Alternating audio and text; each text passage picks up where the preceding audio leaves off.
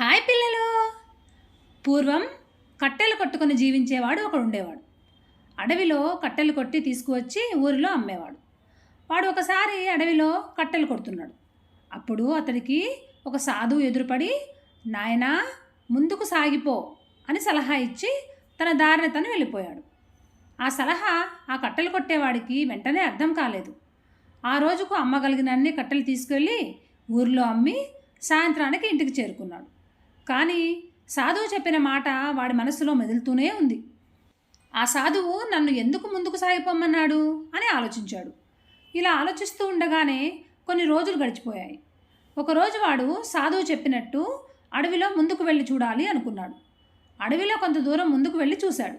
అక్కడ వాడికి లెక్కలేనన్ని గంధం చెట్లు కనబడ్డాయి.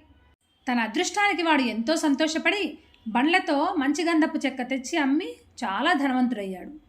కాబట్టి పిల్లలు, పెద్దవాళ్ళు చెప్పినట్టు విందామా మరి?